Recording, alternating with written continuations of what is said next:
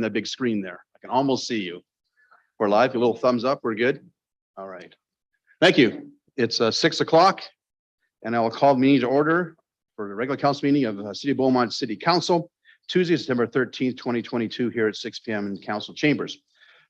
First of all, we'll begin with our meeting land acknowledgement, which is we are pleased to be here today on the traditional territory of Treaty 6 and the Métis homeland. We acknowledge all those who share a deep connection with this land. The City of Beaumont respects the histories, languages, and cultures of all of Canada's First Peoples, whether they be a First Nation, Métis, or Inuit descent, and appreciates that their presence continues to enrich Canada's vibrant communities. We're all treaty people. The peace treaties bind us all. As you know, this past week, Queen Elizabeth II has passed away, and we have been following the appropriate protocols. We have our flag at half mast, and we have, of course, her portrait draped in accordance with protocols. She led a very life full of grace and dignity and duty, and we want to give her the respect she owes. So would you join me for a moment of silence? Would you please stand?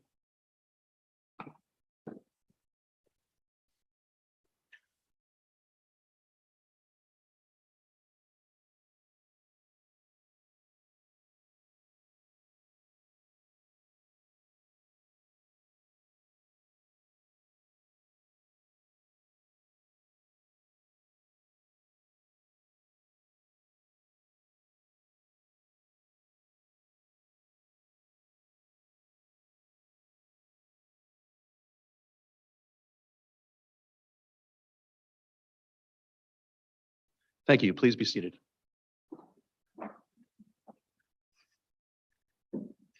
Continue on with our agenda this evening, which is next is proclamations. We have one this evening, which is Alberta Development Officers Week, September 18th to 24th. Whereas the development officer is a current planning and development specialist with knowledge in current and legislation, policy and bylaws, systems and technical requirements for physical development within communities in the province of Alberta. A development officer enforces and administers land use regulations and policies on behalf of a municipality and is designated to the position of development authority by the municipality as defined by the Municipal Government Act, RSA 2000, Chapter M-26. And whereas the Alberta Development Officers Association, representing professional development officers in Alberta, endorses Alberta Development Officers Week to recognize sound development and planning practices and the contribution made by development officers to the quality of development within our communities and environment. And whereas Alberta Development Officers Week helps us to publicly recognize the work of our municipal colleagues in planning development for the improvement of the City of Beaumont. And whereas we recognize development officers and the commitment to public service. And now therefore it be resolved that I, Mayor Bill Daniluk, do hereby proclaim September 18th to 24th as Alberta Development Officers Week in the City of Beaumont, Alberta, dated 13th of September 2022. Thank you. Next on our agenda is the adoption of the agenda. Administration, are there any changes to the adoption of the minutes of the agenda this evening? Ms. Winter. Thank you, Mayor. Administration does not have any addition to the agenda this evening. Thank you very much. Is there a member of council willing to move the adoption of the agenda as circulated? Okay. Steve. Yeah, thank you, Mayor. I move that the September 13th, 2022 council agenda be adopted as presented. Thank you, Councillor. Discussion on the motion. Seeing none, council, I'll ask you to vote accordingly. And that carries unanimously. Thank you, council. Next on the agenda is the adoption of the consent agenda. Is there a member of council willing to move the adoption of the consent agenda as circulated? Councillor Tessier. Renee, you have the floor. Mayor, I'd like to pull off 7C. If that's okay. 7C. Off the consent agenda, please. Thank you. Any other comments or questions on the consent agenda? Is a member of council willing to move the adoption of the consent agenda as amended? Councillor Tessier. Consent agenda as presented. Thank you. Discussion on the motion. Seeing none, council, I'll ask you to vote accordingly. Thank you. Motion is carried unanimously. Next on our agenda is the open forum. Ms. Winter, any open forum items this evening? Thank you, Mayor. We did not have any registrations for open forum this evening. Thank you. Thank you very much. Next on the agenda is the adoption of the minutes of Regular council meeting, July 26th, regular council meeting on, pardon me, that's on the consent agenda, isn't it? I apologize. My notes aren't up to date there. Next order of business is 6A, which is the Clean Energy Improvement Tax Bylaw for council, public hearing, second and third reading. Ms. Winter, would you care to go through the public hearing procedures, please?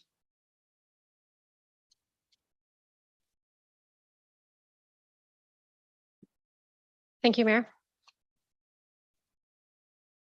This hearing is being held pursuant to sections 216.4, 390-0.13, and 606 of the Municipal Government Act as amended. The purpose of bylaw 1022-22 is to establish the Clean Energy Improvement Tax Bylaw in the city of Beaumont. Public hearing notice was advertised in the local newspaper on August 26th, September 2nd, and September 9th, 2022. Public hearing notice was advertised on the Beaumont's website beginning on August 23rd, 2022. The public hearing notice was advertised on the social media sites, Instagram, Facebook, and Twitter starting on August 23rd, 2022. Written submissions received are not included would be read into the public hearing, and there's nothing to read into the record at this time. Any persons giving oral presentations will clearly state their name, and the presentations are to be brief and to the point. The order of the public hearing presentation will be the director, those in favor of the bylaw, those opposed to the bylaw, and any person who deemed to be affected by the bylaw who wishes to be heard. The mayor will allow questions from members of council after each presentation, and the mayor will allow any concluding statement from those who wish to make a presentation. And after all presentations, the mayor will declare the public hearing closed. At this time, the mayor will declare the public hearing open. Thank you, Ms. Winter. With that, I will declare the public hearing open, and I'll ask administration to be our first presenter on this topic. Who is speaking for administration this evening? Please state your name for the record. Yes, thank you. Please proceed. And your microphone should be right there. There you go. Okay. Am I supposed to do the brief presentation? Do we put it up or do we not need to?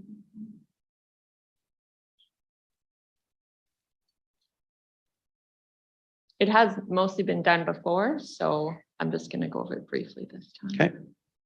Once it's up.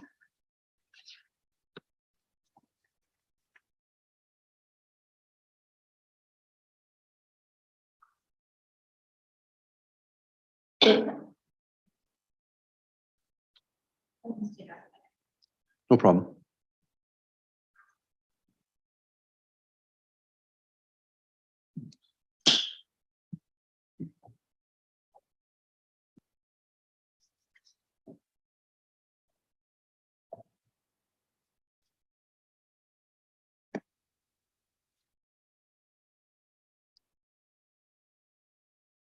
So this is the public hearing and second and third reading for the Clean Energy Improvement Tax Bylaw for Beaumont. We presented this bylaw to council in July of 2022, and it passed first reading. In May of 2022, the Committee of the Whole received the Introduction to the Clean Energy Improvement Program report as information. And in August, council approved the Environmental Master Plan, which provided direction to participate in the Clean Energy Improvement Program. A brief summary of SEEP is that the aim is to increase green upgrades for properties, and property owners can finance clean energy upgrades and pay the cost back over time through their property taxes.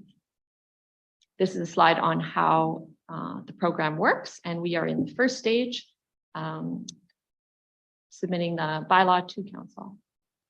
This is a slide on the steps required from anybody that applies. So there's steps 1 through 5, from pre-qualification to repayment. There are separate roles and responsibilities for the administrator, who is Alberta Municipalities, and us as the City of Beaumont. Alberta Municipalities would review all applications, and we would be involved in passing the bylaw and executing financing agreements, as well as a number of other roles listed here.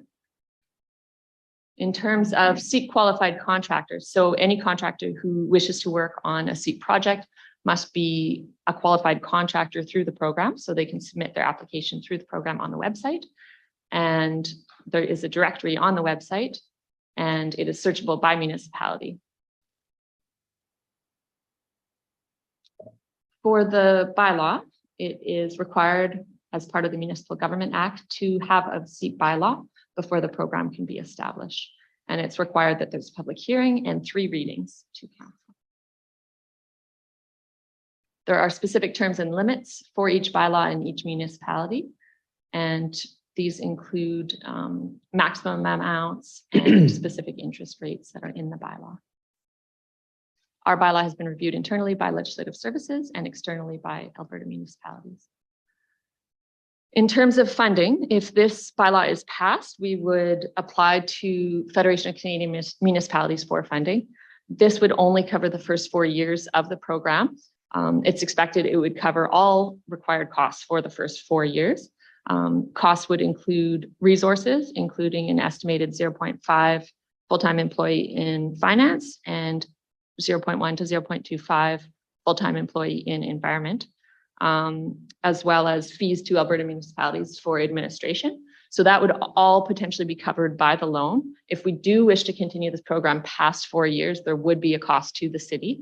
And that would be dependent on if we want to continue. This would be transferred in a small tax increase to residents. The estimated tax increase would be approximately 1%. If we don't wish to continue the program after 4 years, there would still be a small estimated cost to the city because we would have to administer loans that were approved before in the first 4 years. And so those would need continuous administration past the 4 years.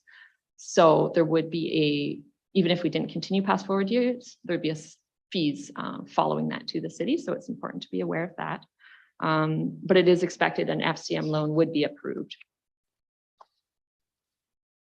In terms of the road to launch, we are now on step 5, which is the public hearing and 2nd and 3rd reading of the bylaw. Following this, we would apply for FCM funding, and we expect we could launch this program in 2023, possibly mid-2023. Thank you. Does anybody have questions? Thank you very much. Before I open the floor from council for questions, I have a question myself, if I could, please. I have had several phone calls and a couple of in-person meetings with citizens in general who saw the publication in the newspaper. And one of the persons said, quite frankly, he saw the word tax and he phoned me right away saying, Bill, we get a new tax coming. What's going on? So if this is not a tax, could you just explain that so people who are listening at home can understand that this is not a tax coming from the city of Beaumont. It's a tax collecting vehicle for a program that people have the option. I'm actually giving the answer to you, but you know what I'm getting at. So you can just clarify for us that it's not actually a tax as some people have perceived it to be. Yes, for sure. So it's called there's the word tax in the bylaw because it establishes the program and it allows the city to collect payment through taxes only if they opt in. So if they want to become part of the program, they want to do green energy upgrades, they apply to the program. And if approved, then they can be part of it. And the cost is taken off their property taxes over time. So only if they opt in. So it is not a tax change for the general resident at all, only if they want to do the green energy upgrade. And at that point, they, rather than pay for the full cost of the upgrade up front, they would simply pay it back over time on their property taxes. Yeah. Thank you very much. Jesse, any questions? Just to reiterate yours, I also got a bunch of calls and text and that type of thing. So I don't know if we're allowed to change it to clean energy improvement program like the website instead of tax, because I just think it's going to be ongoing. But just so I understand the pricing. So the first 4 years is free, but if we continue it after that cycle, it would be a 1% tax increase Potentially. to the whole city. It's possible. I guess it depends. So one, yes, if we do continue, there would be cost to administer it. So the estimated cost would transfer into approximately 1% tax increase. However, some of that cost could be transferred to applicants wanting to use the program. So instead of transferring any of those costs to a tax increase, it could be simply fees for people that want to use that program. There'd be a fee to them. So it doesn't have to result in that, but it's possible. Yeah. Understood. So that makes more sense. If you want part of the program after 4 years we decide, or whoever sits in these chairs at that point, they could increase their percentage of borrowing costs to cover that 1%. Yes, because we choose some of the terms and limits of the program. So yes, we could increase, say, the interest rate on the loan that they would get to be part of the program. So then the cost would be transferred to that applicant in the program, rather than all those costs being taken on by the city and taken on by taxpayers. Perfect. So yes, it wouldn't. But there still would be, it couldn't all be transferred to applicants through interest rates. That would only be a small amount. There still would be likely a tax increase to cover the cost, but that would be after 4 years if we chose to continue it.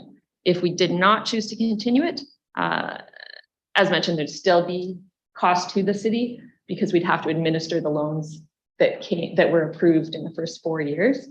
So there would still be a cost to the city, and that would be approximately 0.25% increase in taxes potentially. These are all estimates, but Yeah, for sure. My main concern would be I was unaware of it during the first presentation, Yeah. as I thought it was going to be completely free to the people that weren't participating. Personally, I wouldn't be in favor for something that everyone's paying for only certain people right. getting the benefit. And that was part of the conversations I had on the phone that people were calling and texting. So that's two different things from what I understood last presentation. So is this new information?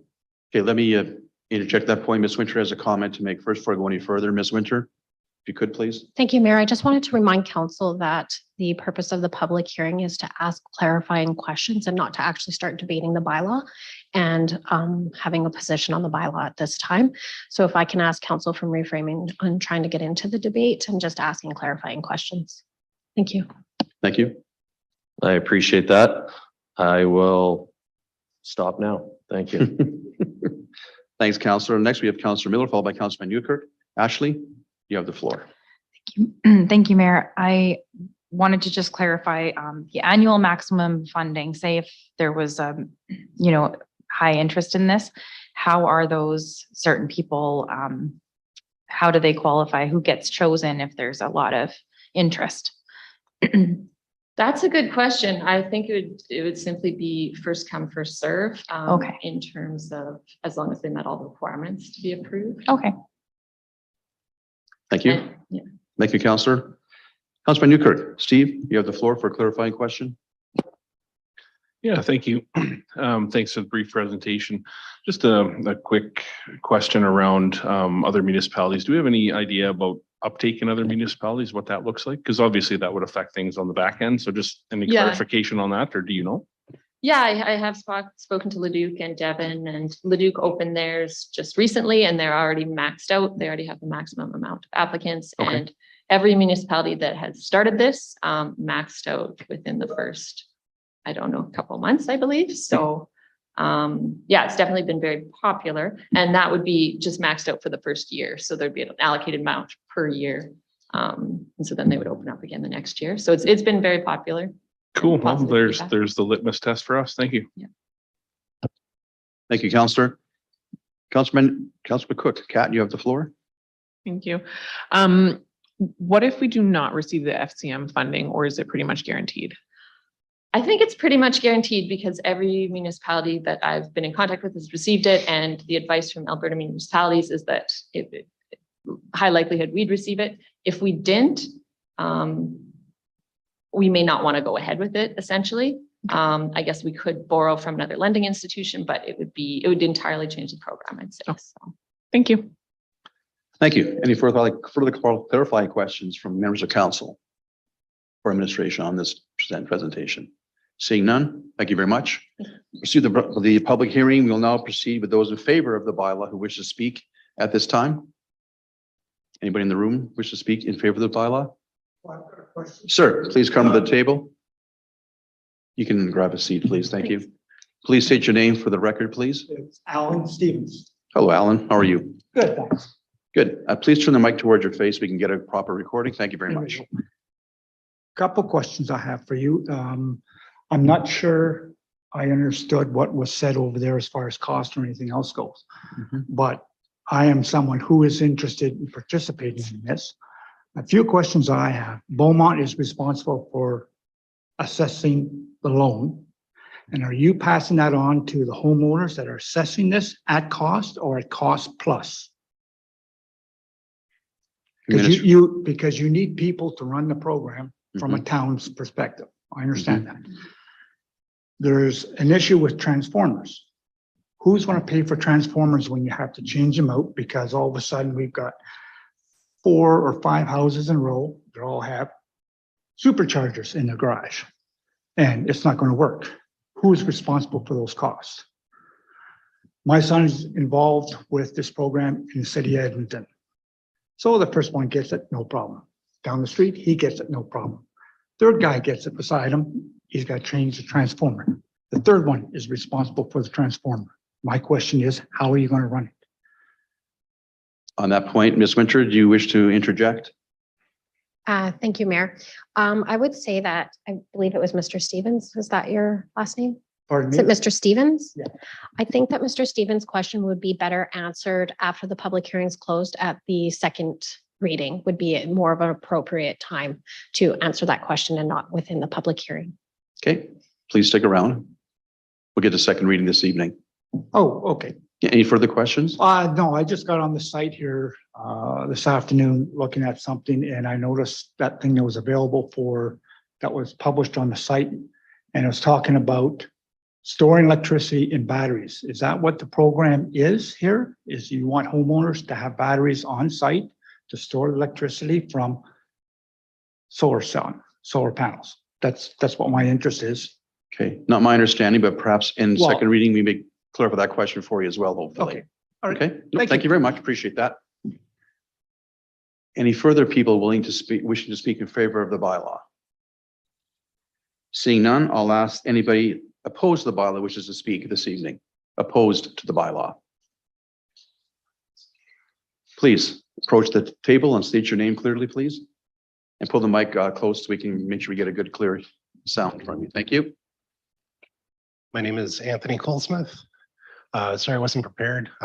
But after listening to us say that this isn't a tax, and then hearing that in 4 years it may come with a small 1% tax increase, I think we should keep that in mind when considering it. It is a tax. It looks like it will result in a tax or costs to everyone in the community. And furthermore, I wasn't able to find it anywhere online, but if the participants, if their participation in the program is not registered on title, I believe that's a concern also, and that should be considered because it will become an issue when homeowners go to sell. Thank you. Appreciate that. Any further speakers wishing to speak in opposition to the bylaw? Seeing none, is there anybody who deems himself to be affected by the bylaw who wishes to be heard? Seeing none. All right, with that point, I will ask any questions from council, any of our presenters. Seeing none, I'll then declare the public hearing closed. Thank you. We will then move on now to second reading of the bylaw. Ms. Winter, sorry, your mic is on. Do you have something to say? Oh, sorry. Okay. Second bylaw, who will from administration will present the second reading?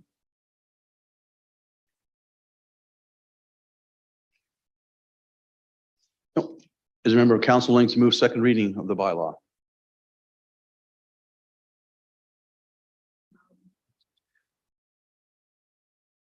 Lenore Turner, Sure. Hang on, Kathy, please. Thank you. do we need, at this point, do we simply say it's? Yeah, we'll do that. bylaws being presented?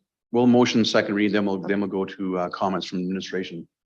Councillor Barnhart, do you wish to make a second reading motion? I would, Mayor. I'll move that bylaw 102222, a bylaw that establishes the Clean Energy Improvement Tax Program, be given second reading. Thank you, Councillor. Discussion on the motion. Administration, please. You have anything further to present? Nothing further to present, thanks. Nothing further? Any further questions from council for administration? Subject to Mr. Stevens' earlier inquiry, Ms. Winter, how can we address that question from Mr. Stevens? Or can you, Lenore, address that question from Mr. Stevens? This question? This gentleman's question. Now we're now on second reading. That was a suggestion. We address the question as best we can now. Are you able to? I suppose just that this program would help promote installation of any green upgrades. So it would include solar panels would be included. So you were speaking about solar panels. That would be an eligible upgrade. But there's a number of eligible upgrades, and you can check the SEEP website to see what they are.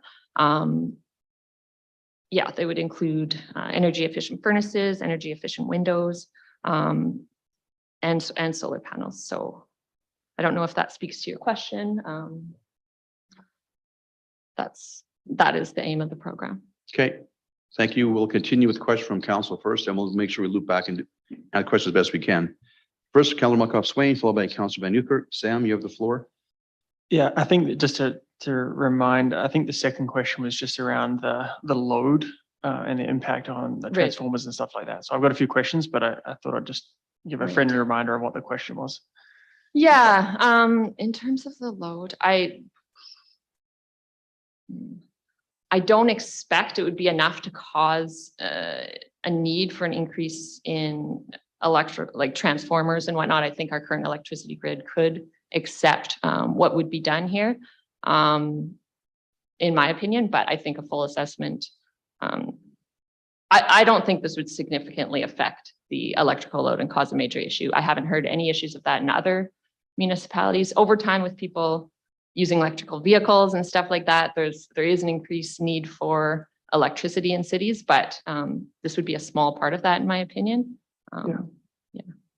Thank you. I was going to ask the clarification there. Thanks, Sam. I appreciate that. You have a Yeah. question now to go on? Now that the motion's on the Okay, floor, Please proceed. I'll speak to it a little bit. And a few of the questions were asked earlier around, do we know that the FCM grant, right? Like, so I appreciate you asking that. I know Councillor Van Nieuwkerk has raised, the load question several times over the last 4 or 5 years around, are we preparing our neighborhoods well enough for it? And I won't steal his thunder because I'm sure that's where he's going to go. I also want to acknowledge the comment that, yes, this isn't necessarily a tax, but there is the impact there. And I think that the resident, Anthony, there spoke to that. So for me, this is part of our, when I look at this in a bigger picture, this is part of our strategic plan, is looking at, from an environmental perspective. And this isn't directly costing us right away. I hear you're confident in FCM providing that. I think we're going to need to spend the next 3 or 4 years to understand the load impacts that has been referred and how that calculates. But so for me, I think this is pretty straightforward program. I'm excited for our residents to go through it. And I just obviously recognize that you guys will be monitoring this as we go.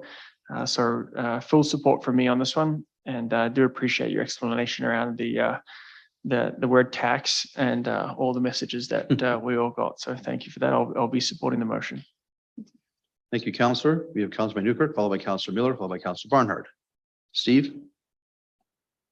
Yeah, thank you. And Councillor McCook-Swain read my mind, just to talk about the load in the community and how we plan and how we do that. So this weekend was the grand opening of Elan, for instance.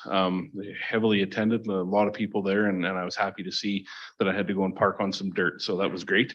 One of the things that's unique in Elan is that they've put a 200 amp power in front of every house. And that was something that they did on the front end in order to anticipate these load type issues.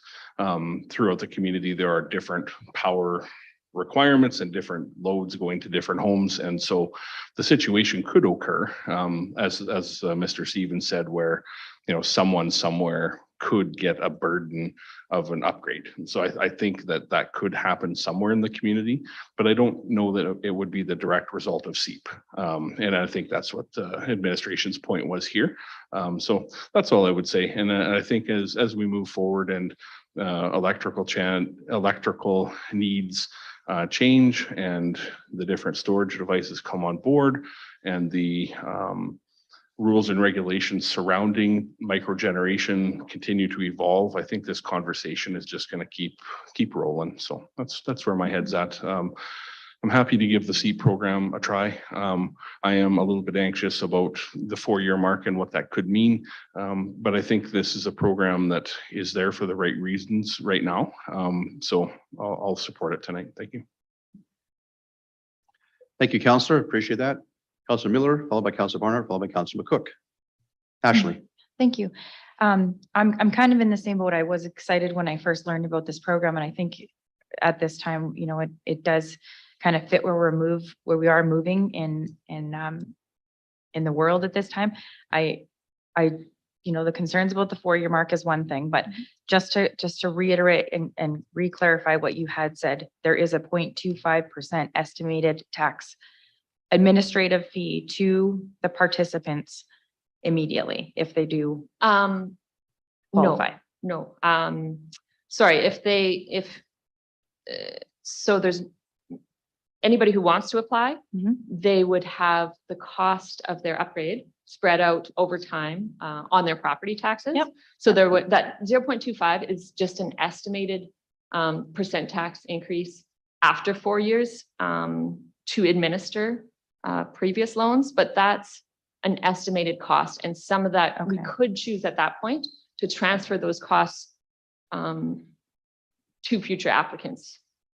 Okay, so I think that part, I didn't realize that was right on top of what SEEP would be handling. So that's kind of right from the city. So yeah, essentially. So essentially after 4 years, we would have some administration costs for those previous loans, but at the 4-year mark, we'd become fairly efficient at taking in this money on the property tax, sending the information to Alberta municipalities. So I think I see it as a very small amount of time to administer it after 4 years, especially if the program's not continuing. We just have to be clear that it would be a small amount of time because there still would be some loans for that initial period.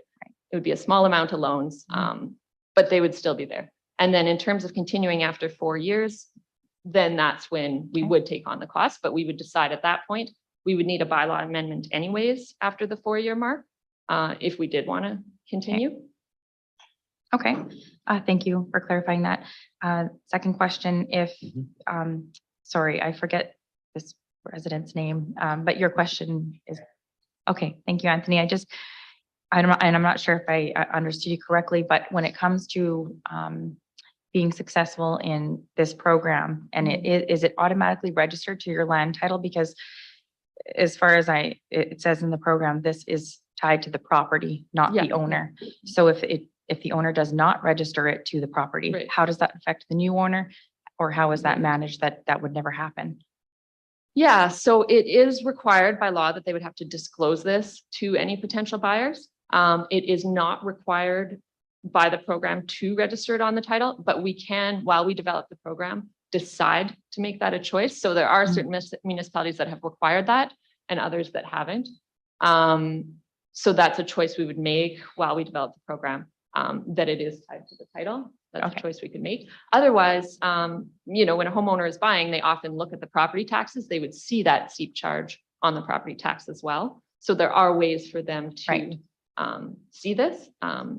Yeah, especially on the tax roll is one way.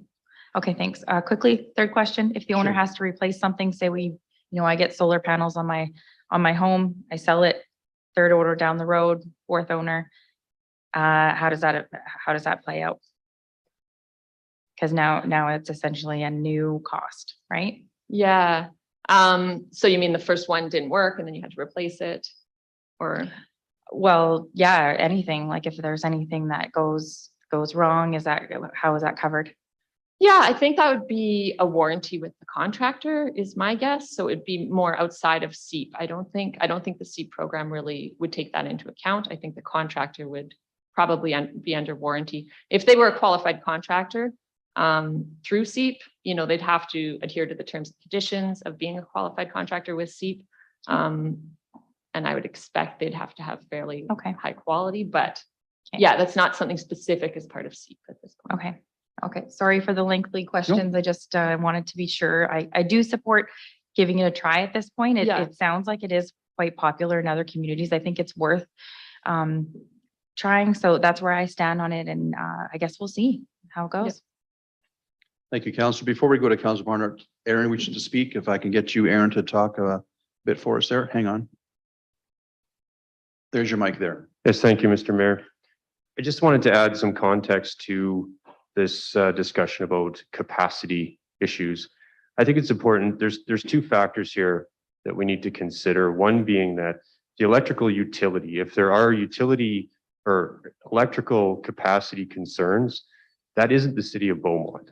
That would be monitored by the utility provider for electricity. So if there's an upgrade needed to provide energy to homes that do these upgrades, that would not be a city of Beaumont thing. That would be with the electrical utility provider. The second part that I wanted to make clear is that as part of this program, people put in applications to do an upgrade.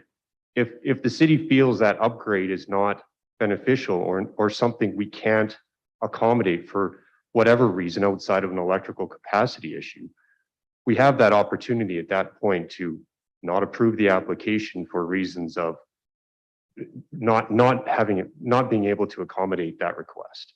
So I think it's important to understand there are vehicles in this process that allow us to regulate to some degree what upgrades are and making sure that they're a success. Thank you. Thank you, Aaron. That helps us out clearly. Thank you. Councillor Barnhart, followed by Councillor McCook, followed by Councillor Van Newkirk. Kathy. Thank you, Mayor. Mayor, I just want to clarify that I've got the process right here, because this is a public hearing and it feels very much like well, it's a bylaw. No, People- we're at second reading. Yeah, and I'm just wondering, like, people are kind of getting into a little bit of, I'm going to vote this way, I'm going to vote like, we haven't heard from all of the public as well, you know, in terms of the, Okay. yeah. So anyway, it just feels a little awkward because we're kind of hearing from different people at different times, and I just want to make sure I'm Okay. on the same wavelength. Okay. My understanding is the public hearing has been closed.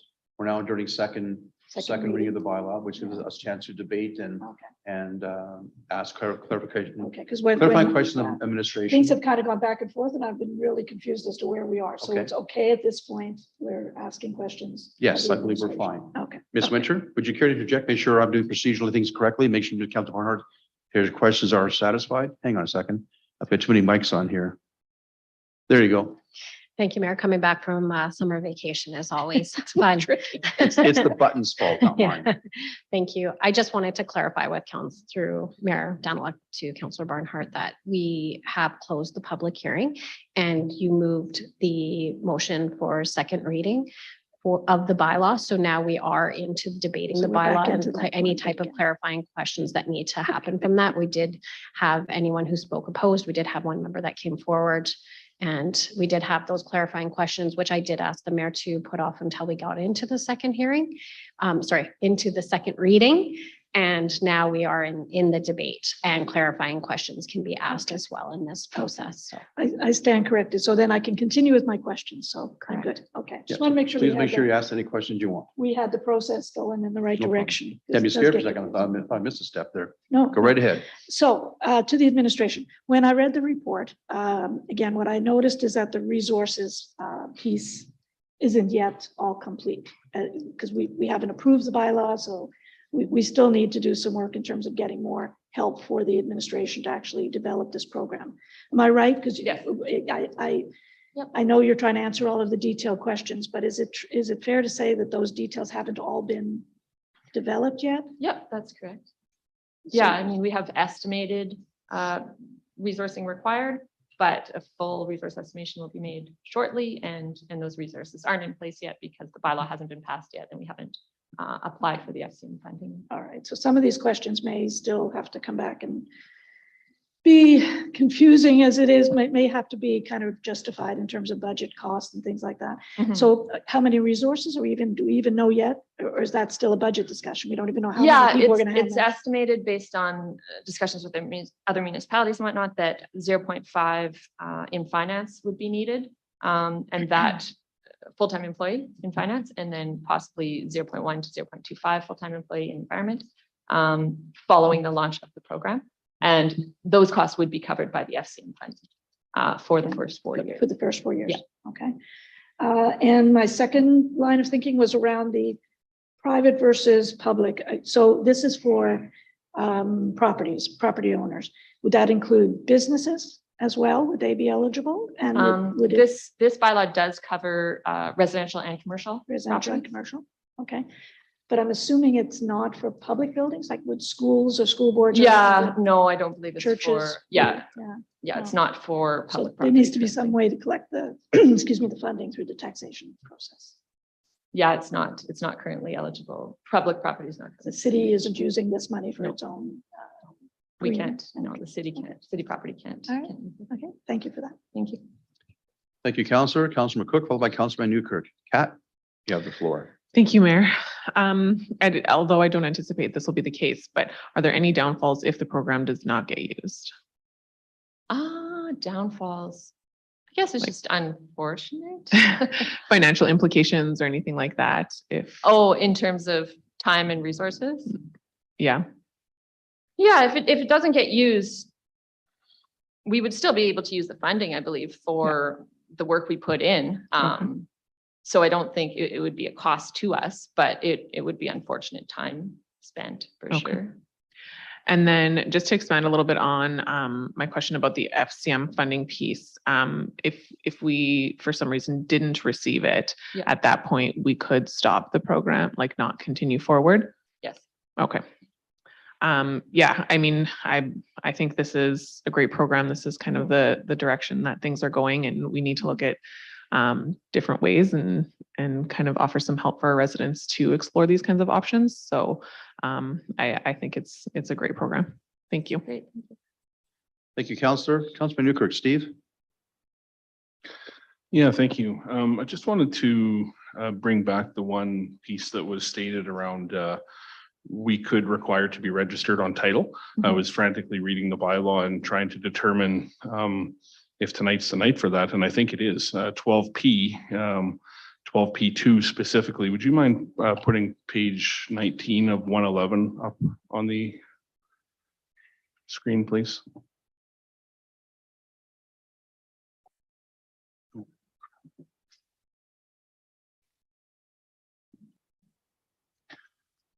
Yeah, so 3/4 of the way down the page in P2 there, it says if the property is offered for sale, you need to disclose the existence of, you have to disclose to the buyer. So we're just looking for, the legislative support surrounding the need to put a bullet point in there that it's required to be registered on title. Is this the right time and is that the right spot to do it, or just looking for some guidance from administration there? Thank you.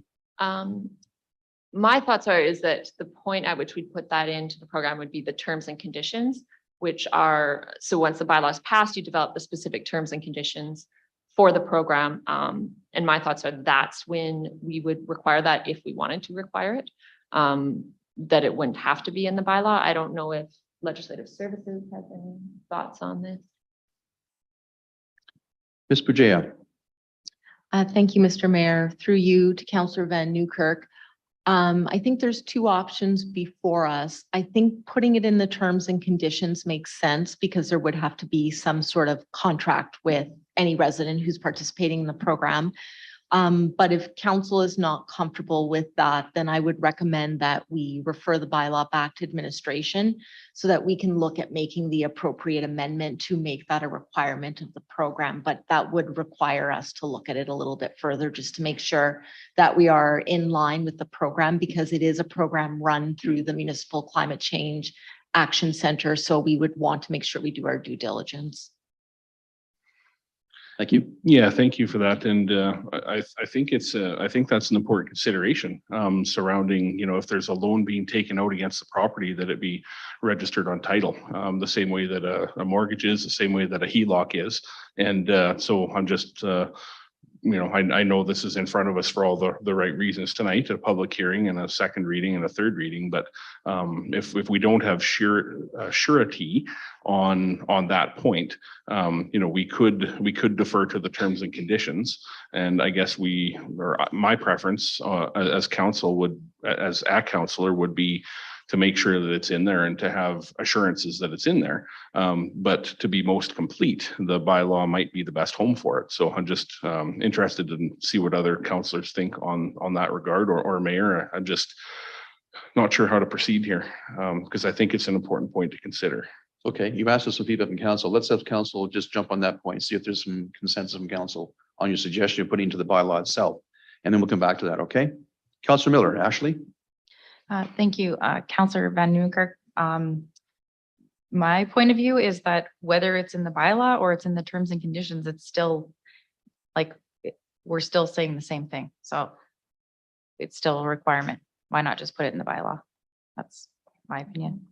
So put it in the bylaw or leave it as it? Put it in the bylaws. Okay, as Steve suggested. Okay, thank you. Any further comments? No further No? comments. No problem. Thank you. Other members of council wish to speak on that point? Councillor Monkoff Swain, Sam? I guess my only question is around time. All this does is delay it X amount of time, right? And if you know, if there's a window that we should be applying, if it's just 2 weeks and, you know, you guys can bring it back in 2 weeks, then fine. That's not going to have an impact. I'm personally, I'm agnostic where it goes. I think it's a great point that needs to be flagged. So just a question around, is there a time, obviously you'd like to get it in today to move forward with it? Does 2 weeks matter to you? So we'd have to clarify with Alberta municipalities too, if it is allowed to be put in the bylaw, because they do, as Sandy mentioned, there's requirements for the bylaw because this is a provincial program. So we'd have to clarify that first. And then with that, I don't, 2 weeks wouldn't significantly change our timelines. It would delay things. It would affect things, but it wouldn't run it off track. My gut, and I hope this is not taken with any disrespect, but this is a cookie cutter bylaw that has been offered across the municipalities that we've just kind of adapted and moved on. Yeah. So my gut would be in the terms of reference is fine, but I see Ms. Bourget is trying to. Yeah, say Ms. that's Bourget, you not wish to enough. interject? Perhaps maybe a more expedient way of addressing this would be to pass the bylaw as it is and do a subsequent motion to direct administration to look at this issue a little further and bring back options. We can always add an amendment to the bylaw after the fact. The program is not going to be active once the bylaw is passed. And that would give us the best of both worlds. Yeah, do we even need to direct you to do that? I think you've heard today, you can go and look at it. And if you need to bring something back, then bring it back. If not, if it's good where it is, then. we can If move council is comfortable with leaving that in administration's hands, we can undertake that. I always opt to formalize council's direction, but that's my advice. So are you suggesting, Ms. Bourget, that we proceed with second reading, assuming it passes, proceed with third reading, assuming that passes, then A direct you to come subsequent back? motion just directing us to bring some options to deal with the land titles issue. Okay. We'll do that. So we'll continue with second reading. Councilman Newkirk.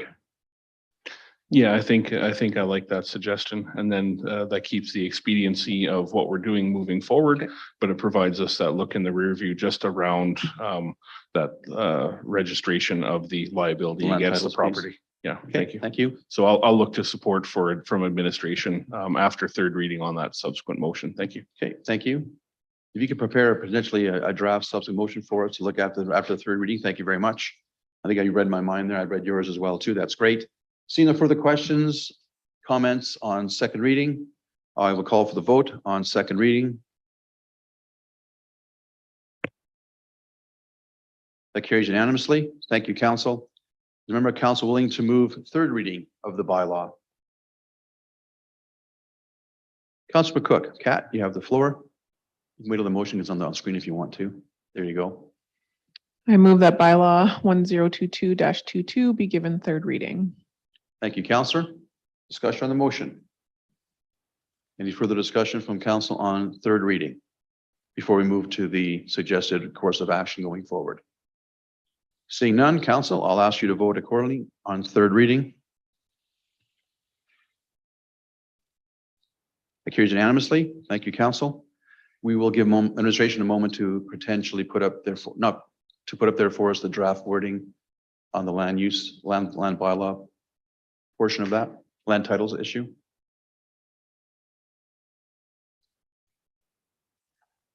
No problem. Thank you.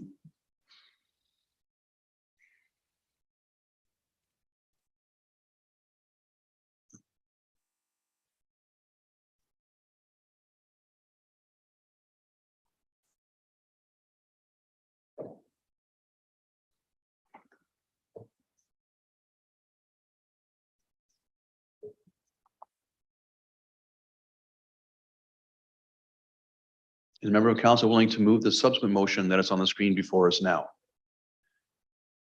Councilman Newkirk.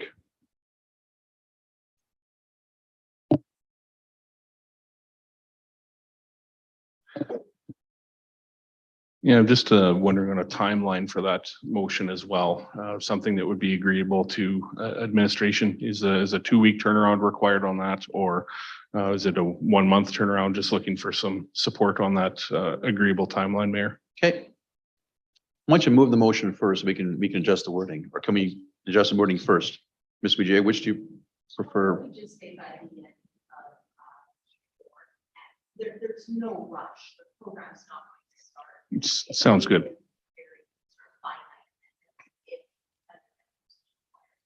Thank you. Be pleased to move the motion that administration provide a report on options for ensuring that clean energy improvement tax agreements are reflected on land titles by the end of Q4. Thank you. Thank you, Councillor. Discussion on the motion, Council. Any discussion on the motion? Any questions? Seeing none, I'll call for the vote on subsequent motion. That carries unanimously. Thank you, Council. We will now move on to the next item on our agenda, which is 7A, the 2023 Capital Plan Review. I believe, Mr. DeBlanco, you'll be our presenter this evening. And I'll make sure I get the right button on your mic there. There you go. All right. Thanks, Curtis. Good evening to the mayor and council. I'm Curtis DeBlanco. I'm the director of finance for the city. So at prior council and committee meetings this year, administration was directed to bring forward an opportunity to provide council with an early look at the work in progress capital budget and forecast for the 2023 budget cycle. The report before council this evening provides council with this medium-term view of the capital requirements expected for the city of Beaumont. Before we dive into the specifics of the 10-year forecast, we'd like to provide council with a bit of context first. The dollar amount seen on the bottom of each line on attachment 1 for the forecast years are quite substantial. And these amounts represent the sum total of the projects administration is currently contemplating as part of the budget process. Assuming council has had the opportunity to read the report, I won't necessarily go through it word for word, but we'll highlight a few key themes the city is facing that have shaped out this 10-year forecast and how it's laid out. As council is well aware, Beaumont has had significant growth, increasing in population nearly 50% over the past decade, as well as expanding physically via annexation of lands to the north, west, and south. This decision to annex these lands has provided Beaumont with the opportunity to continue its physical growth, but with this came responsibility to use these newly annexed lands in an efficient manner, as well as developing and servicing this land. Years prior to annexation, the city engaged a consultant to perform some analysis of the financial impacts of the growth of an expanded city. The analysis included projections on population, and although the analysis was completed 8 years ago, the estimated population growth from their analysis only had a 3% variance from what the actual population of the city is today. Given this accuracy, let's consider some of the financial guideposts that were also considered in said report. The analysis provided or projected that to support the projected population and physical size of the city's annual operating expenditures would need to be approximately 49.7 million. For context, the 2021 approved operating budget expenditures were 39.5 million.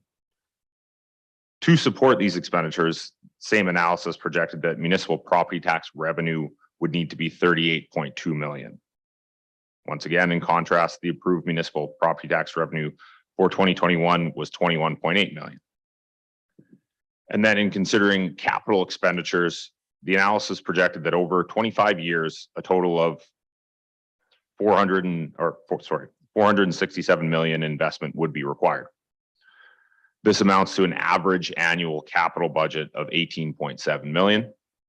And for context, the 2021 approved capital budget was 17 million. While circumstances certainly changed, it is worthwhile to review these plans and analysis from years past and then compare them to the current circumstances of today. In the case of annexation and the financial impacts of growth, Beaumont has certainly been able to control expenditures, but when considering this prior analysis, perhaps this has come at somewhat of a cost.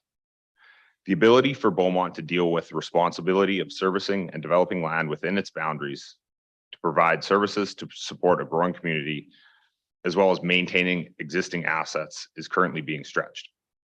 The 2023 10-year capital plan, as seen in attachment 1, has been developed by administration with a longer-term look into the future and considers what is required to maintain the city's existing assets, along with requirements for servicing and developing a growing community. So we'll turn our attention to the 10-year forecast, which is attachment 1. This is pages 45 to 49 of this evening's agenda package. We'll start with a bit of a caveat that at this time, the items shown haven't been thoroughly vetted through the senior leadership team, and there's still about 2 months of work left for administration that we're doing between now and November. Administration is midway through its budget process, and the items here represent the submissions from city departments. November is the time when administration will present its final best recommendation for the 2023 budget year and beyond. With that, the items within this 10-year forecast do represent information and is driven from the best known data available to date. And these come from many already approved sources, such as council approved master plans, asset replacement schedules, offsite levy models, and other opportunities for the city. To develop this 10-year capital forecast, administration used some assumptions for the projected growth of the city, which are akin to similar rates as those seen in the 2014 analysis. Administration then goes through a process of identifying capital projects. And once again, this information analysis is all coming from already approved planning documents used to identify the majority of the projects therein. Discussions with council throughout the last year on some additional items and initiatives have been raised and included in this forecast as well. These items also included are the few items that council has directed administration to compile reports on for this evening, notably the Sani dump and paving to the West Rec site, also included on tonight's agenda. Once again, attachment 1 shows the 10-year outlook of all capital programs and projects that have been submitted by city departments. The capital requirements over the next 10 years are expected to be substantial to maintain the city's current assets, as well as keep up with the expected growth. At this time, all projects included in attachment 1 are considered unfunded. Administration is in phase 3 of the budget process, which is shown in the image on attachment 2. Phase 3 is review and engagement. Currently, administration is prioritizing which projects will ultimately be proposed as funded in the budget for 2023 that will be brought to council in November. This review and prioritization process involves validating capital cost estimates, as well as operating impacts given the current economy, reviewing new and updated project profiles, as well as phasing of these projects within the capital plan. The phasing and timing of future capital projects is being contemplated to plan for funding sources, link related projects to create efficiencies operationally, and consider the overall impact on the city's taxes. One of the most crucial areas that needs to be considered when contemplating new growth projects specifically are the operating impacts of each project. Things like new personnel required to operate new assets, expenses for the ongoing operation and maintenance of an asset, and transfers to the city's reserve balances to fund for the renewal and replacement of this asset. And if required, any applicable debt service, both principal and interest. All these impacts are likely to require an increase to either the tax levy or utility rates to operationalize a new growth project. Next, the fun part, funding constraints, how the city will pay for its capital budget. No surprise, there is a finite amount of funding sources available, which must be considered and forecasted when contemplating a capital budget and a capital plan such as this one. Other considerations that must be include project eligibility for grant funding, the city's debt limits and debt servicing limits, and whether any of these funding sources will change or be available in the future. On funding source such as grants, the city does receive 2 main annual grant allocations. Council's familiar with the Municipal Sustainability Initiative, which it receives from the province. It's approximately $2 million in 2022. The other, the Canada Community Building Fund, formerly federal gas tax, was 1.2 million in 2022. This total of 3.2 million is annually added to the city's grant pool and is available to fund growth projects. As I just mentioned, the city allocates this grant pool specifically for growth related projects rather than allocating it to the renewal and replacement of existing assets, as it's more financially prudent to not rely on unknown funding sources to repair and replace those assets. Next funding source, pay as you go. The city currently transfers approximately $500,000 from the municipal operating budget or tax funded budget to the capital budget to fund small growth projects such as fleet and equipment. Important to note that as the city takes on developer contributed infrastructure, completes large growth projects, increased funding of this type, pay as you go, will be required to respond to this new growth and add to the city's fleet and equipment. As this funding source is transferred directly from the municipal operating budget, an increase to this funding source would have an impact on city's taxes. Next, debt funding. Careful consideration is given to the appropriateness of whether a capital project should be funded with debt. The city is legislated to stay within its debt limits and debt service limits, and any debt service required for a project will have an impact on the tax levy, obviously. This impact varies depending on the term as well as the interest rate.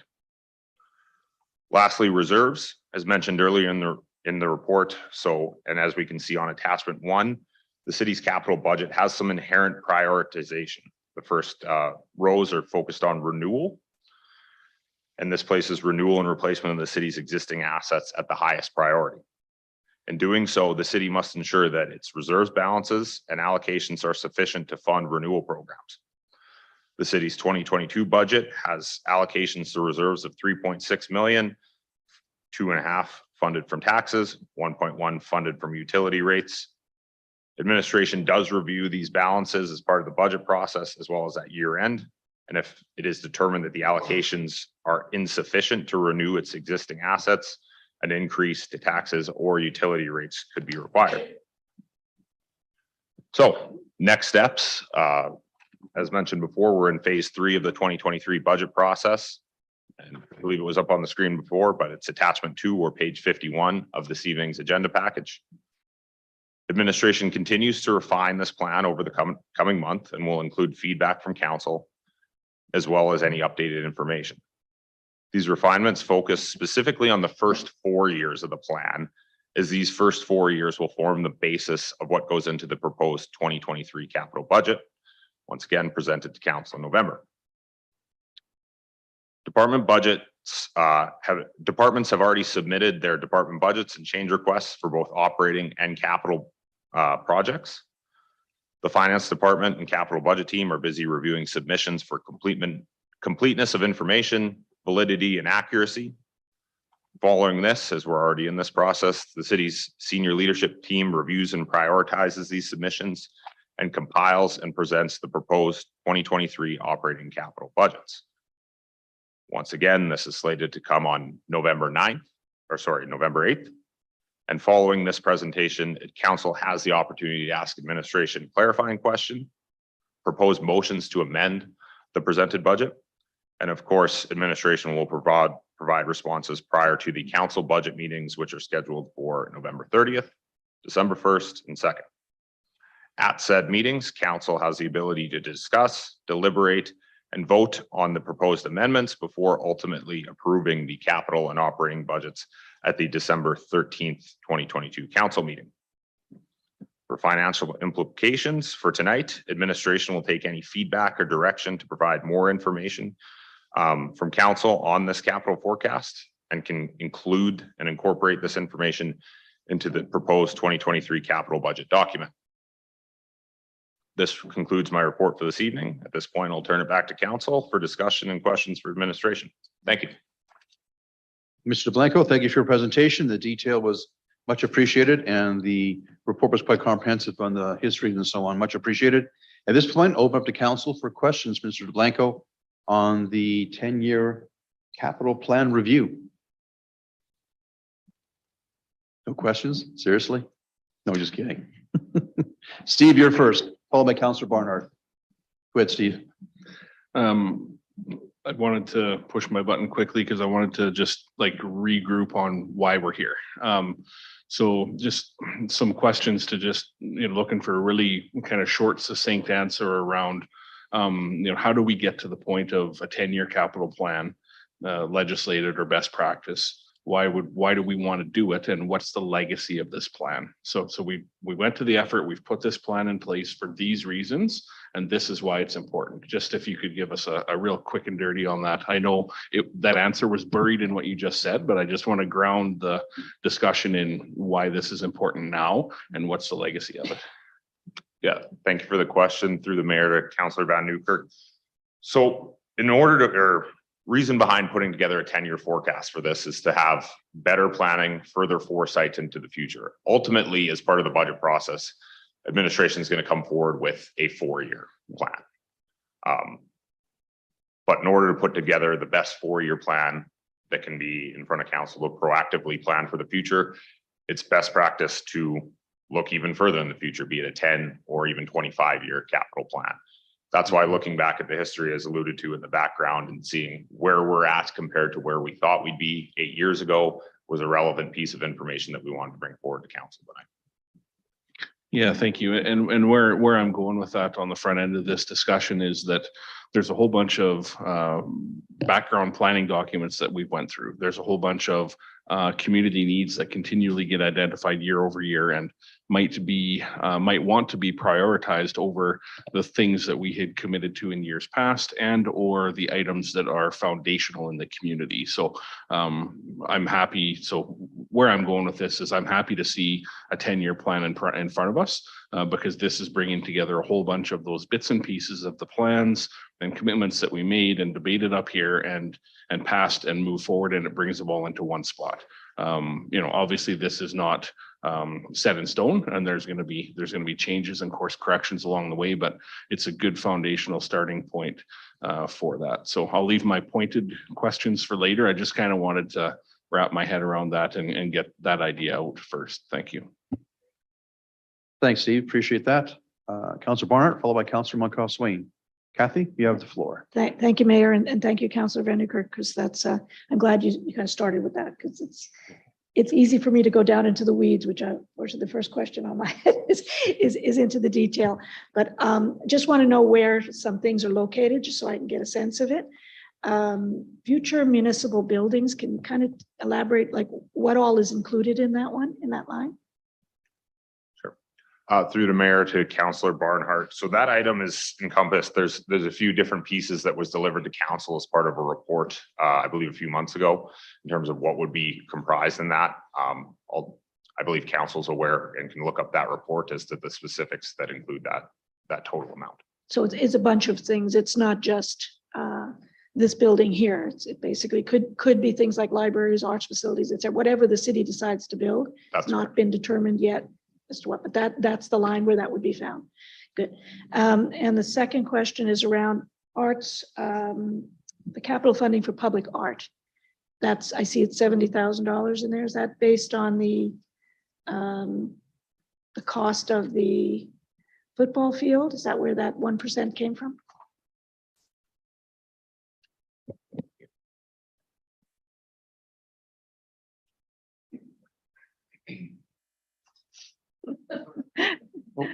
Don't fight over it. I believe Mr. Suter is going to answer this one. Trying to answer this. The answer was yes. Ship to Councillor Barnhart. Yeah, that number came from the two facilities that were added, West Rec and the Four Seasons multi-use field. So the component as per the policy was a total of 70,000 for public art for those And facilities. that's Yes, currently sitting in 2023. Did I Yes. get that right? correct. Yeah, that's an important one because it's coming up and I know the Arts Council would be looking for that. What number was that, Kathy? What number was that? Sorry. Oh, sorry, that's the, where did I find that? 47 to 111 Okay, Yeah, I have to scroll down. in kind of the middle, just above utility. thank you. It's in the growth area. I guess that's my other comment, Mr. Blanco, just in terms of percentage of growth, percentage of renewal, like, and I can't recall, I'm sure we've talked about this, but do we have some type of a policy direction in terms of what's a good balance of capital spent on renewing so that we don't let our infrastructure go down the tubes because of all the growth? So can you just speak to that policy a little bit? Sure, through the mayor to Councillor Barnhart.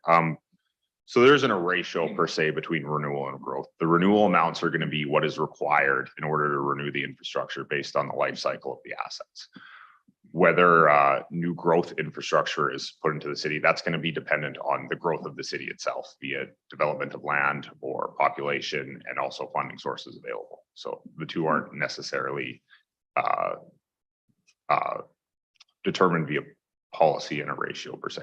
It's interesting because I know there are municipalities that do that. They do kind of set again, nothing is etched in stone here. We're looking at guidelines, but in terms of having, you wouldn't have 90% growth and no renewal. I mean, it kind of some type of a balancing act between that. So, and the other question, in the very first attachment, looking 10 years out, there's a couple of very significant bumps up, 2026 and 2031 and 2029. Again, we're looking far out. Don't have a crystal ball. What are those related to? And can you just speak to that? Through the mayor to Councillor Barnhout. So depending on where projects are phased is going to determine where those bumps are. Looking at, once again, all the projects in here are driven from approved council master plans, offsite levy models, asset replacement. So depending on where those master plans, these items exist, could determine where they are in this report. They're not necessarily tied per se to those reports, but looked at for a variety of things. How can we merge the timing of projects together, get efficiencies if they're in the same location, other things like that. So it may not exactly turn out that way, but we're making sure we have those funding sources available. Okay, thank you. Those are my questions for now. Thank you, Councillor. Councillor Swain. Sam, you have the floor. Yep, mine are less around the table and that mine's more of a broader question around just the process. So if others have questions on the table, I don't want to distract and then go back to the table. So I can wait till the end if needed. I've got a question first. Let me go Yeah, first, then you I'll come go. back to you. No one else has any other questions? Yeah. Let's do that. Okay, perfect. Mr. Blanco, if you indulge me for a moment, on your capital plan review report, which is very well written, by the way, my question is on the first page, where you had some numbers here, and then the third paragraph under background, where annual expenditures would be 49.7 million, 2021, a property budget expenditure were 39.5 million. That's about a 20% gap, which is kind of a significant gap. Your next line talks about 38.2 million versus municipal property tax increase revenue of 21.8, again, substantial gap. But the last sentence in the paragraph talks about amounts an average annual capital budget of 18.7 million. In 2021, it was 17.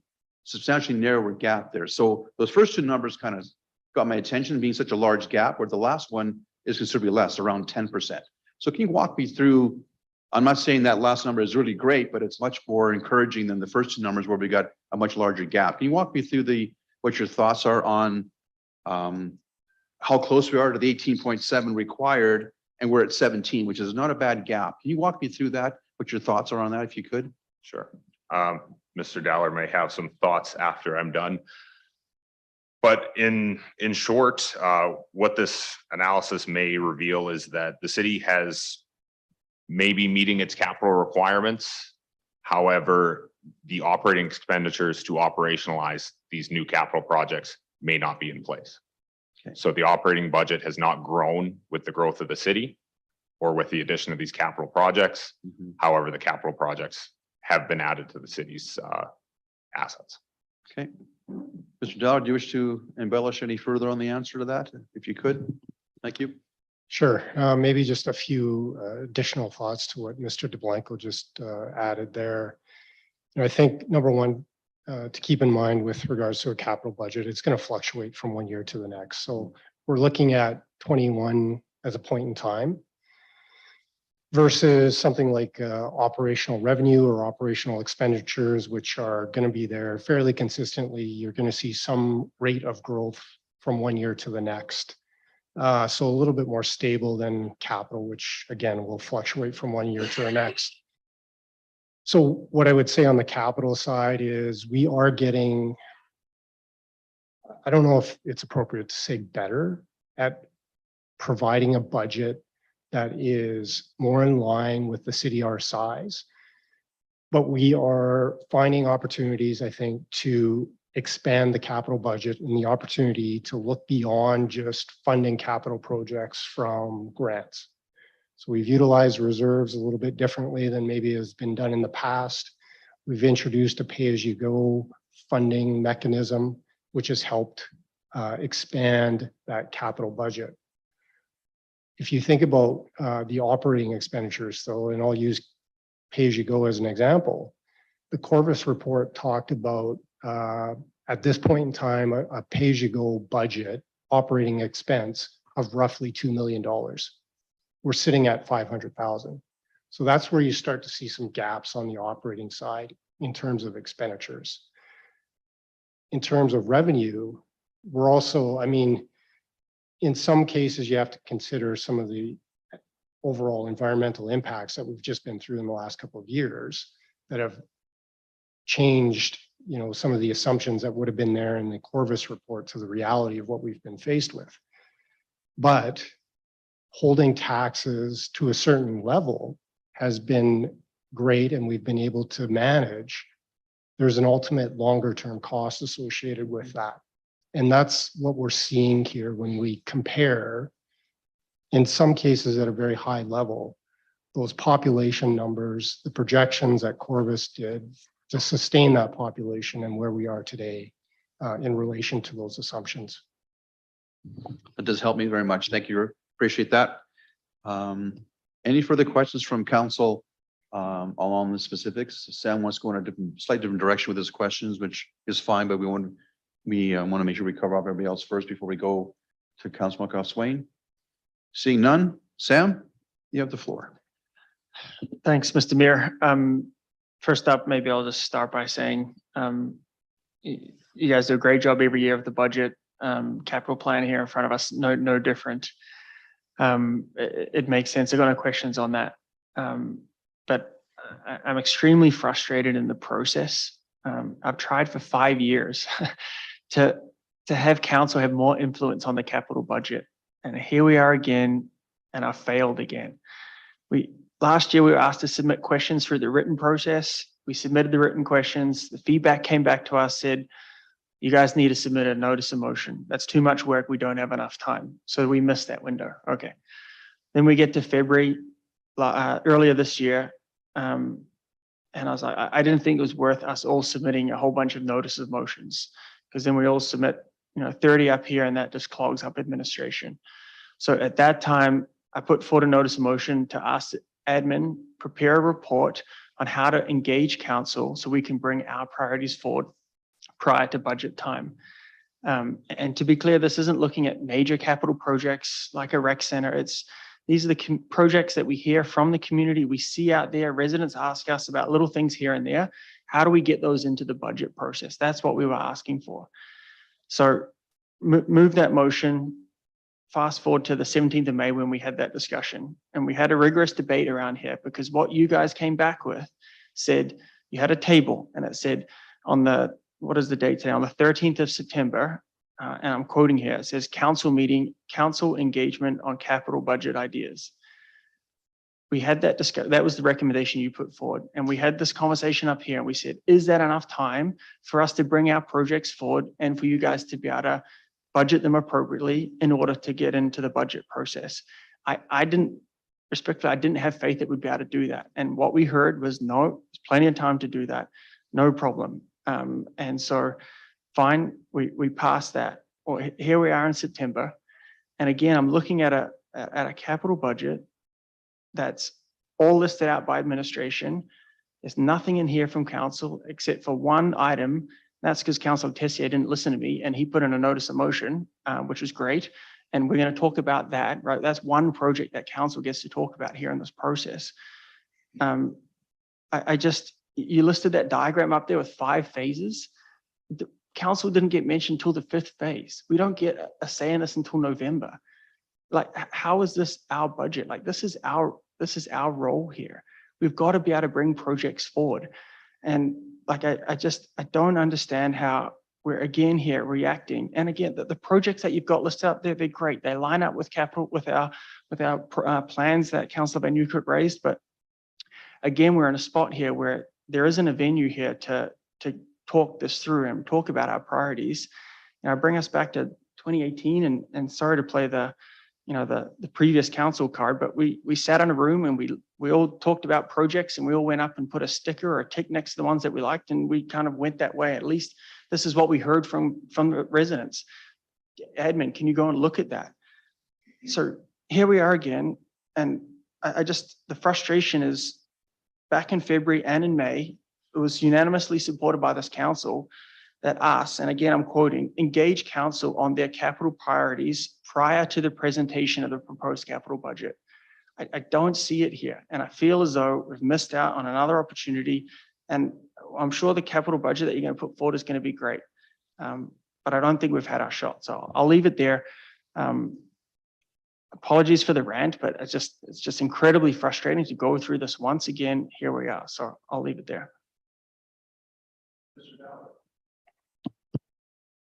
Thank you, Councillor Moncoff-Swain.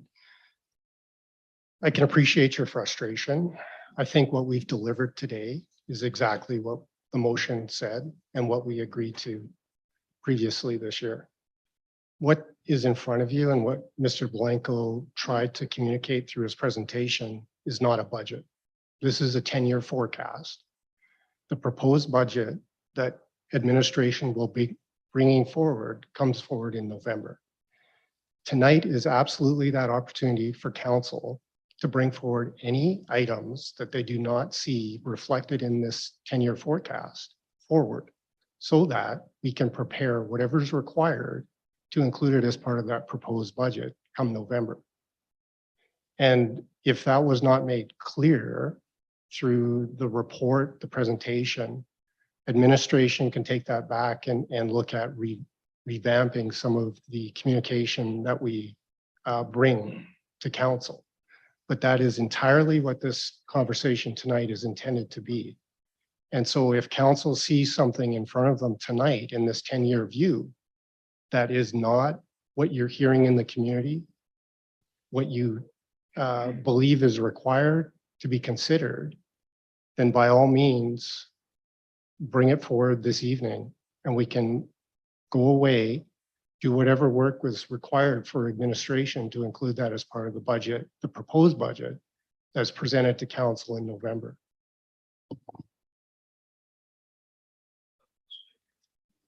Yeah, please. And happy to take this offline if need to, because I think you're saying 2 things at once. One, don't worry about it. It's a capital plan. It's 10 years, budget's coming up here. And then on the other hand, we're saying, well, no, if you don't like what's in that, then now's the time to talk about it.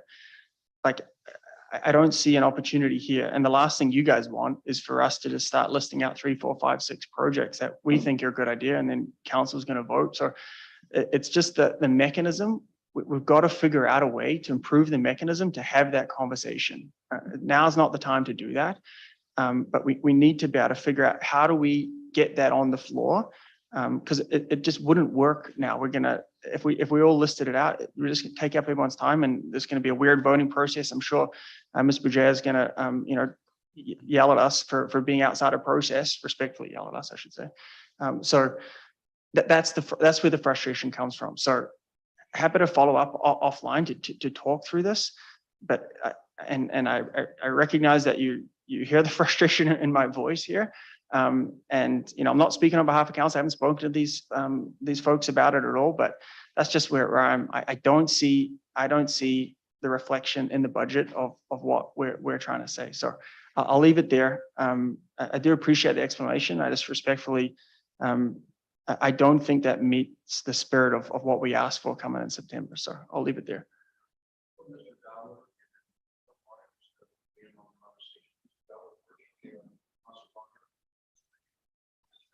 Yeah, just real quick, and again, appreciate the frustration, Councillor Monkhoff-Swain.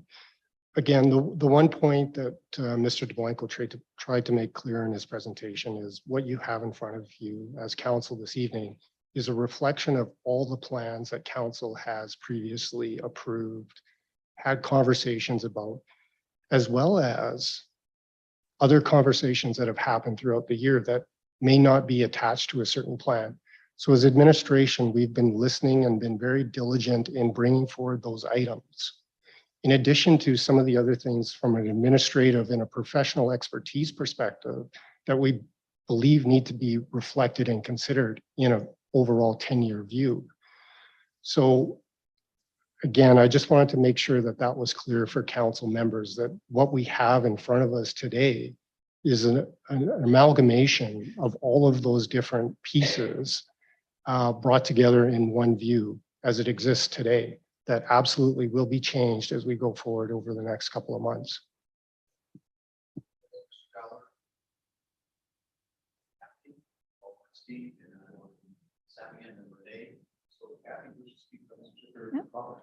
Yeah, I do. I mean, first, I want to thank you, Mayor. I want to say I appreciate the frustration. I mean, the whole process is always, budget is always like the biggest, hardest thing we do all year long, and has been for the whole term, the whole time we're on council.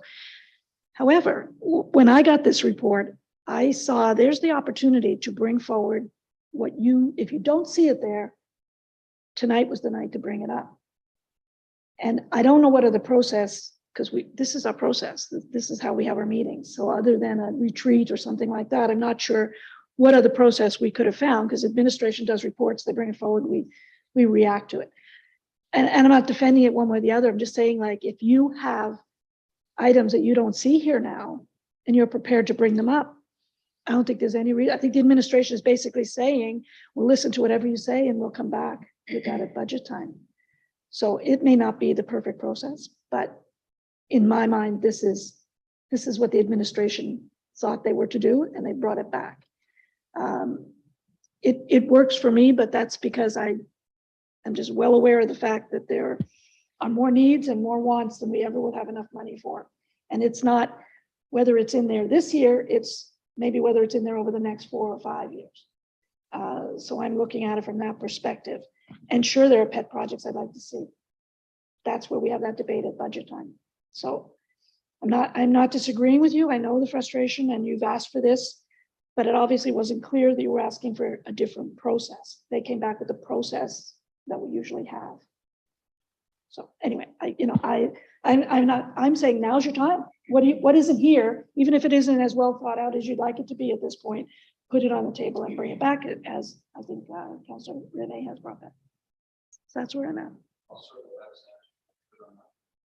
See and raise the person and give the answer to Councilor. You don't have to require us moments. Staff has to be with you.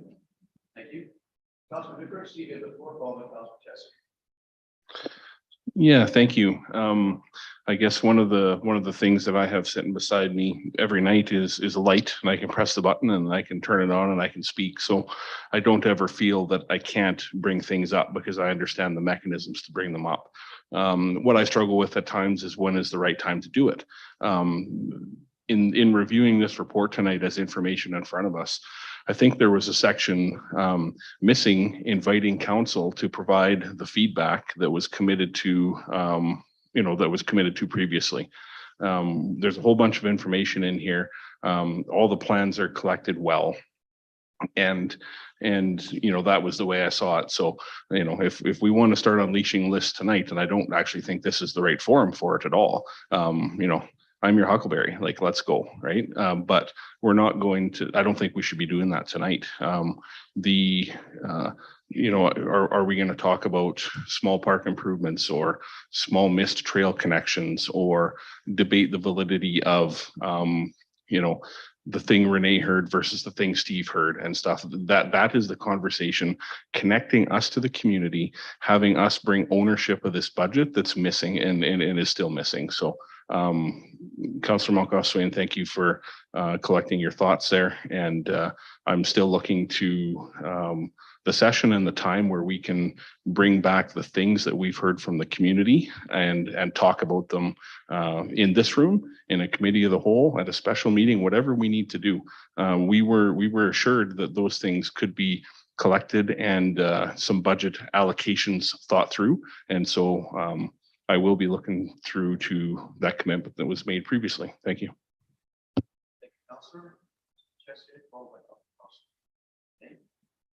Thank you, Mayor, and thanks to the other councillors on a tougher conversation.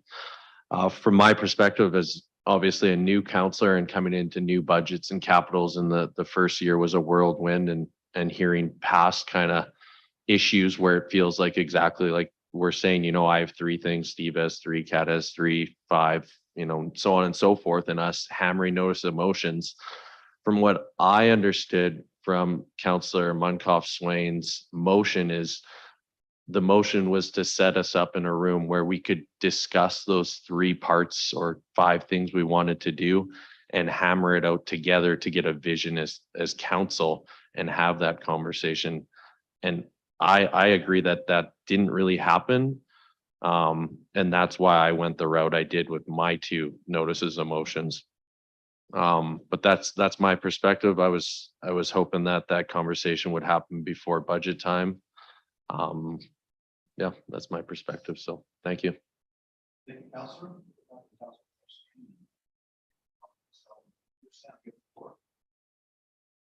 Yeah, thanks, and appreciate the opportunity to pause there. Not that you gave me a choice, but thanks for making me pause there. So just to respond to Councillor Barnhart, you know, you talked about, well, you could have brought it up earlier, right? And respectfully tried to in June, and the message was, well, no, wait till budget time. You know, we've got this process. You've asked for the motion, September 13, looked at notices of motion, and admin said, well, you know, wait for September. If we submit all these notices of motion, then all admin's going to be doing is just responding to a whole list of projects. There's got to be a better way to do it. And my friend on the edge there didn't listen, and I appreciate that.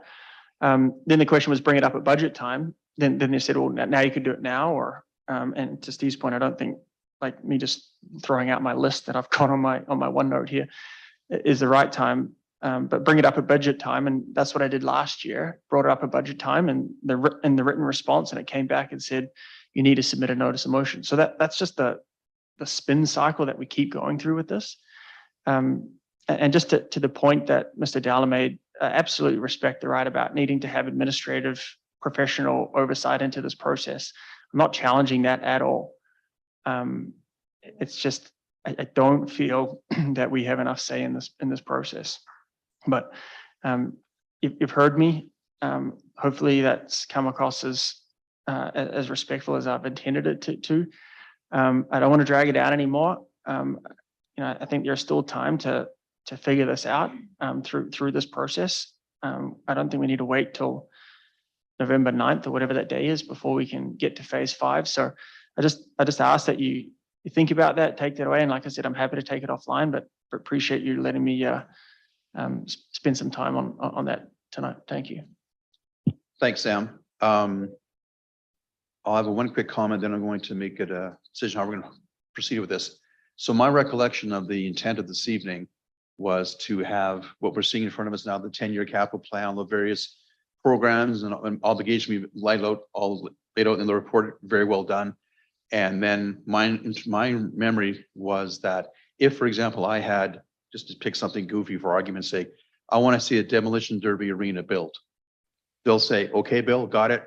We'll price that, bring it back for the budget. That's my ask to be added to this. That forum was going to be tonight, was my understanding. However, there appears to me a bit of a disconnect with a couple of councillors here, and I'm listening to the objectives here, so I'll get to Kat in a moment. But actually, let me go to Kat first for your comment, then I'll decide how, sorry, I'll suggest how we're going to proceed with this to remedy the situation. Kat, please. Yeah, I just wanted to add to that. I think definitely, first of all, thank you for putting this all together. Especially the background information was helpful as well to kind of see how it all comes together, and clearly a lot of work and foresight was considered here. To my fellow councillors' points, I think it wasn't really clear to me that I was supposed to bring my list this evening, so I don't have that. So I think that's where there is a little bit of the disconnect. In that sense, my understanding was we would maybe get this, we'd be able to digest it, look through it, and then it would maybe come back before budget, that we'd be able to kind of throw a couple things in. I wasn't aware that it was supposed to be this evening. I think these are really big decisions. We have some really large projects coming up with some big financial impacts. So I think to Councillor Monkoff-Swain's point, for us to be able to digest a little bit of this and but also be able to put our points forward prior to budget would be good. But yeah, okay, that was kind of where I landed on that. Thank you. Thanks, Kat. I appreciate that. So here's what we're going to do. Normally take a break around 7:30. I'm going to call a 5-minute recess. I'm going to consult with administration because there seems to be a disconnect between some council's expectations and administration intent. Now, bottom line is administration is here to help us with budget process, and no one's questioning that, and no one's been clear on that. We understand the work you put into this document. It's a great document. It has values. It's going to be totally useful to us. Let's sit down, have a conversation, figure out how best to proceed. So with that, I'm going to call a 5-minute recess. We'll come back. Actually, we'll take 10. We'll be back at 7:45. We have a chance to converse, figure out how we're going to move forward to make sure council and administration are going forward on this very